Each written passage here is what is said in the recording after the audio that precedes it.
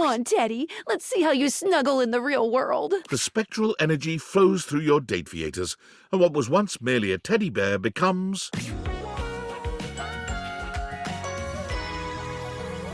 Ha! Teddy holds his hands out in front of him, clearly marveling at the lack of stitches and stuffing in his new body. Oh my, would you look at that? I'm a flesh and blood human being. Confess.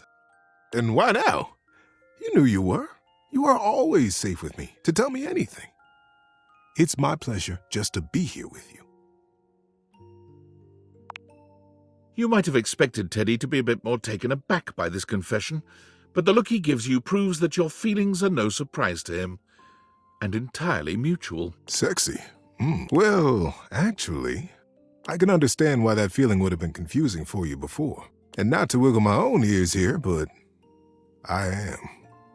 I've rather noticed that myself. What are we going to do about it?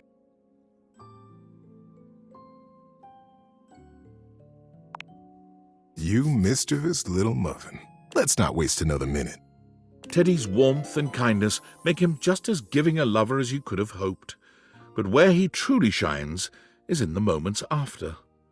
Lying in his arms might just be the closest thing to true bliss you've ever felt. Even as a human being, Teddy's cuddling is simply unbeatable.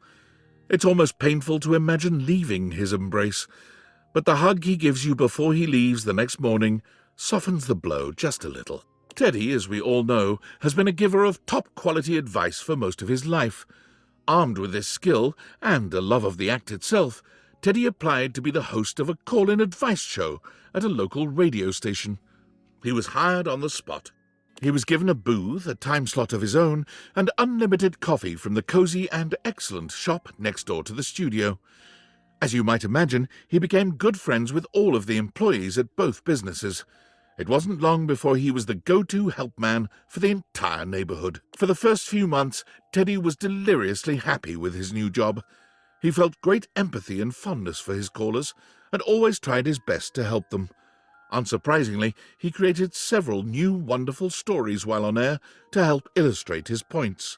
But after a while, he found himself becoming quite lonely. I'd found myself right back in another closet. After getting to know you and receiving that splendid gift of humanity, I just couldn't spend another minute locked up in a little box all by myself. Teddy began spending more and more of his time not in his booth, but at the coffee shop next door.